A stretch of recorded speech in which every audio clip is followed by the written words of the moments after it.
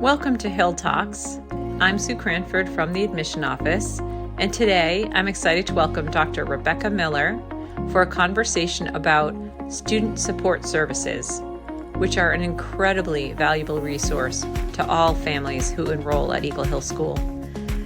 Becky is also a beloved faculty member here at Eagle Hill, a teacher and an advisor, and a coach. I think you're going to love this conversation. Becky, it is so nice to have you here. I'm so looking forward to having this conversation with you. Thank you. I'm excited. So tell us, and I don't know if I've ever asked you this question, but tell us how you found Eagle Hill. How did you end up at Eagle Hill School? I actually started as a teacher in the science department. So I taught biology. I went right to graduate school after college. I went to UMass Amherst, and my degree is in public health. So I focus in community health education, policy, and management. And I thought I would work for the government. My practicum was in New York City, and I worked at two places in New York City. One was for a nonprofit, a cancer foundation, and another was for a homeless shelter that was for teenage mothers. So I worked at this program with the toddlers of the teenage moms who were going back to school. So I did health education with the toddlers, which was fun and very hard. Yeah, I can imagine. And then after that, I came back to Massachusetts, and then I did my master's project on bioterrorism. And was that at UMass as well? It was at UMass, yes. So it was 2004, and there was a lot of bioterrorism?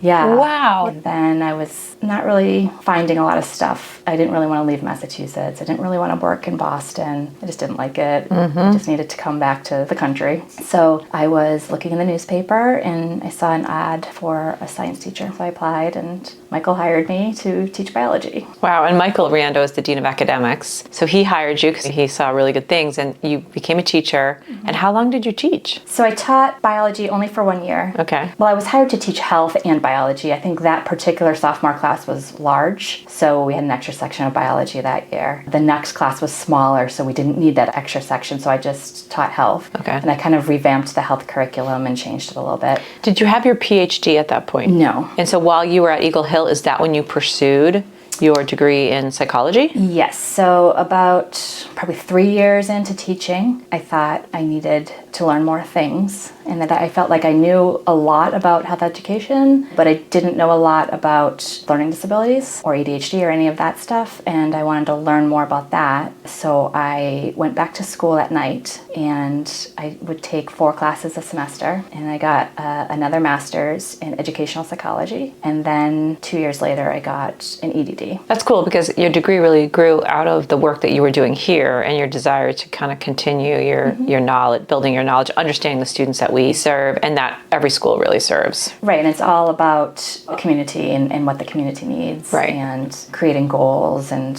helping people reach their potential. So my title now is Dean of Support Services. When I started, I was the school psychologist, which is similar. I just have taken a few more things under my wing. Right, so school psychologist would maybe be a little more narrow in the sense, but then the Dean of Support Services includes the other supports that we offer at Eagle Hill, which we're going to talk about, and those are primarily the counseling services and the speech and language services that we offer right on campus, which from admission, families love. And I like that you were a teacher because, you know, I was a teacher as well, and I feel like that it definitely grounds you in the work within a school, and you don't just see yourself as a school psychologist, you understand the whole experience of the students, which I think is really cool. So how many years in total have you been here? This is my 20th year. So in your role now, tell us how you serve students. I still am in the classroom. I teach psychology classes, which I think is important when you're an administrator, that you're still in the classroom and that you're still doing those things. I think that's a skill that's hard to teach somebody, and you get a lot more information, you get a lot closer to the students when you can do those things. So I teach usually 1 or 2 classes a term, and then I also do ACT accommodations, SAT accommodations. I run those standardized tests, and I make sure that the kids get the accommodations that they need. So a lot of our students have ADHD, so we apply for multiple day testing for them. And I think a lot of times if you have fluency issues, I don't think that extra time is necessarily what you need. I think breaking things down into manageable chunks and taking a break is more along the lines of what you would need. But usually our kids, I will apply for extended time if it's appropriate, multiple day testing. Sometimes they might have a scribe where they're not using the bubble sheet and they're answering in the book, and then the proctor will transfer to the bubble sheet, because there's a lot of hidden things in those kinds of tests. I mean, I've definitely had kids that have had visual tracking issues, and if they start filling out the bubble sheet and they're not tracking correctly, that's not assessing them correctly. So that, we have a few kids that have that accommodation, and then we have a few kids that have a reader accommodation where they'll have a computer reading to them. It's a real human that has recorded the test. They follow along, and that just aids comprehension, aids fluency. And then the accommodations are coming out of the student's educational evaluation. Right, so there has to be an educational need for them. Even though extended time is great for everybody, or multiple day testing would be awesome for anyone taking this test, there has to be a diagnosed need, and also there has to be a history of using that accommodation. So if you really need something, you've been using it for a few years. And that testing, does that testing always have to be done privately, or could it be done through your public school? Usually public schools are your first option. Privately, usually they'll add additional things and they'll go looking for things, I think, more so than a public school might. I think a public school would really focus on what you're not able to do, confirm it, and then give accommodations for that. Which, I mean, I see both sides. It doesn't necessarily matter that you have a disability or a diagnosis if it's not impacting your schooling. And that's really what they're focused on. I think a private person is more focused on, is there a deviation between these tests? And you yourself, you actually do administer these tests, because I know students here and parents here have used you as a resource to say, look, could you investigate this further? So if a student comes to Eagle Hill, say from a public school and has public school testing, they might say to you, Dr. Miller, will you administer some additional tests for my child? Yeah. Which you can do. Yeah, and I do a lot of achievement testing here. So I might do the Wyatt or the Wexler Individual Achievement Test. Interesting. Or the Woodcock-Johnson, or I just did the CTOP with somebody because Dr. Kim in the English department felt that the student had something there with the reading, and we weren't really getting what it was from the file, and so we wanted to check phonological processing. Okay, so let's shift to your work with students who you teach. I know you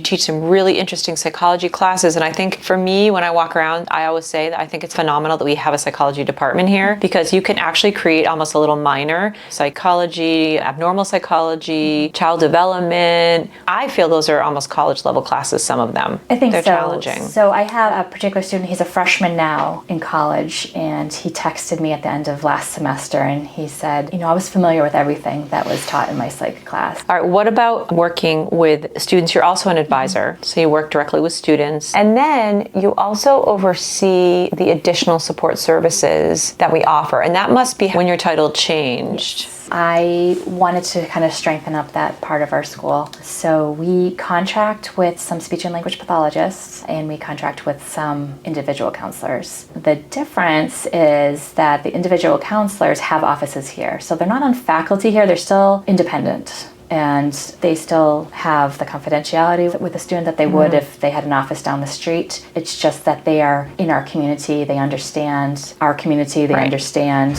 what the resources are, and maybe some options to and they know the people. Advocate. Yes. And they know the culture. Yes, and oftentimes they might come up and they might ask the student, hey, do you think you should go talk to Mrs. So-and-so about this? I know that she's really good with this. Right. Or, would you mind if I talk to your academic advisor and give them a heads up? Right. No, I think it's really a great system. And how many students roughly participate in counseling services, would you say? I'd say probably about 40%. And has that increased over your time here or stayed about the same? It's stayed about the same. I think a lot of the students who are in counseling, they are definitely benefiting from counseling. I think a lot of it is that this generation in particular, I think, is more accepting of talking about your feelings and talking about how you're perceiving things, and willing to accept help to find their answers. Do you think students that are at Eagle Hill, and maybe this is hard for you to answer, but do you think they're even more accepting and open? Well, we know that kids who have, ADHD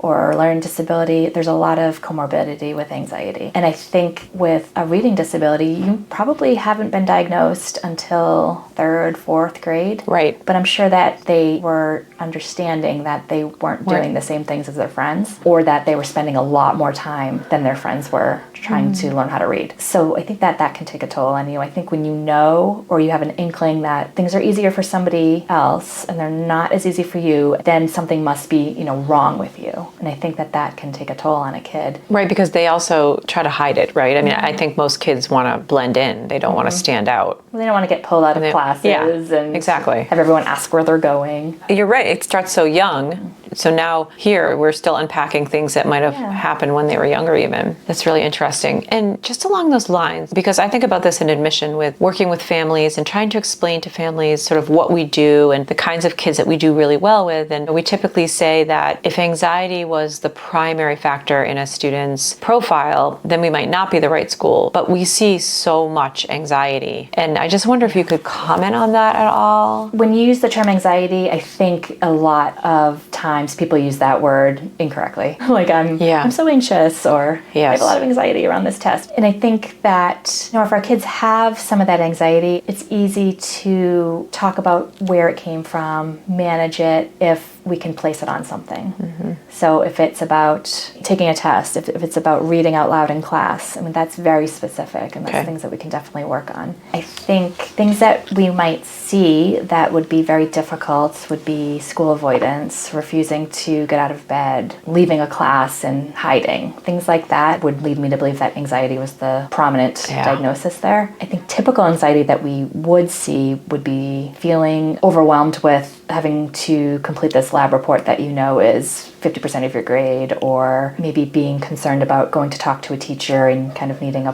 pep talk by your advisor first. That might happen more often. So just to close out on anxiety, because I know in admission, not only here, but I speak to a lot of colleagues that work in a lot of different schools, and we all feel that we're seeing anxiety more in the reports. What are you seeing in teenagers or in parenting, or what are you seeing from your perspective that's the sort of state of things right now within teenagers and children and parents? I think that we're seeing a lot of parents kind of wanting to fast track solving a problem. And I find it difficult too, and I have to step back and think about what I'm doing sometimes. It's so hard to watch your kids struggle when you know the answer, and you could just say, well, just do this, or I'll make this call and this will just happen. Sometimes they have to be uncomfortable and they have to figure out what works and what doesn't work, and what might work with one person, or how do you speak to another person. When this is the first time you've ever gone through something, as a kid, you're not going to know exactly what to do. But I think it's so important just to let kids try things and be disappointed or fail, and then they can learn strategies, or maybe learn that something else is better for them than what they tried. That might be one of also the gifts of boarding school, right? Because we support students so much here. We really have a wraparound support program, but I've seen so many students build incredible amounts of resilience, including my own daughter, because of being in a situation where she had to solve some things on her own, and I wasn't necessarily right there. Sometimes I might have a kid come, an advisee or some other student, that's just having a really terrible day, and they'll say,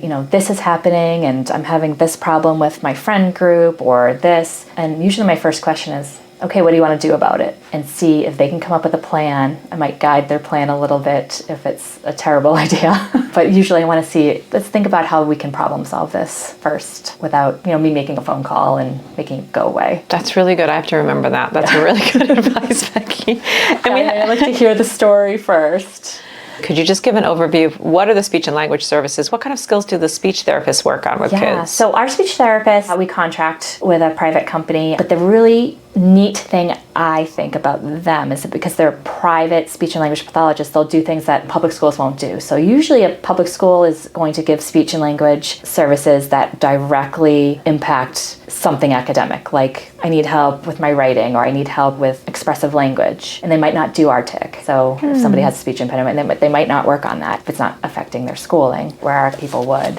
I think that they're really complementary, specifically to school psychologists, but also teachers. I mean, they can help with organization of writing. They can help with like executive function skills? They can do executive functioning skills. They can talk about social speech, and they might incorporate some pragmatic skills.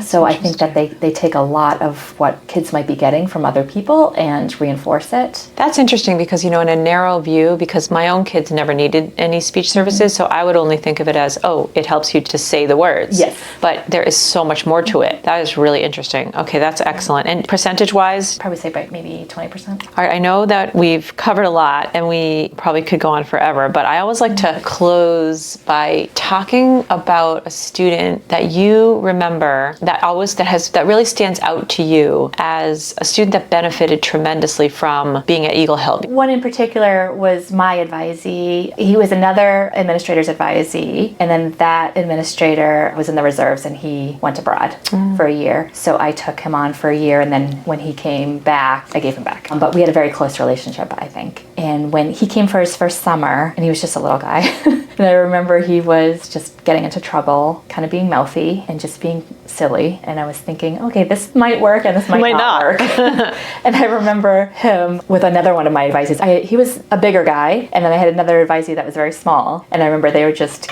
argue, banter, not fighting or anything like that. And I'd say, oh my goodness, I can't believe like these two, and what are they doing? But this guy ended up going to college. He ended up getting his master's abroad, and he works in Washington, D.C. right now. And, I went to his wedding. Oh, wow. With Dr. Stone. Who was his other advisor. Oh, wow. But I think the biggest thing that kind of sticks out to me is I still get Christmas cards from his parents, and I still send Christmas cards to his parents. So they've seen, me have children and that my children are grown up. When I had my first son, I remember his mother sent me a big box of the students' favorite things. And she said, this is what my son liked when he was a baby. And it was That's so nice. So great. It was, really cute little books and like a little toy that my son had for a while. But I think that close relationship was definitely something that led to that student kind of realizing his potential, right? So he knew he was smart, and he also knew he had a lot of trouble in school. He had some baggage coming in, I think, and I think that he was able to focus on his strengths, and he's pretty strong in some areas, and he's doing a great job. Wow, that's an awesome story, because it almost gives me the chills. It's just all about relationships, and he's basically a part of your family, and you're obviously a part of his family, and you don't get that everywhere. And you're right, that's what probably he's going to remember. It's not the quadratic equation or whatever, but he's going to remember the impact you had on him. Thank you, Becky, so much. Yeah. And I hope that if families come and visit, we'll seek you out. If they've listened, they can meet you. Awesome.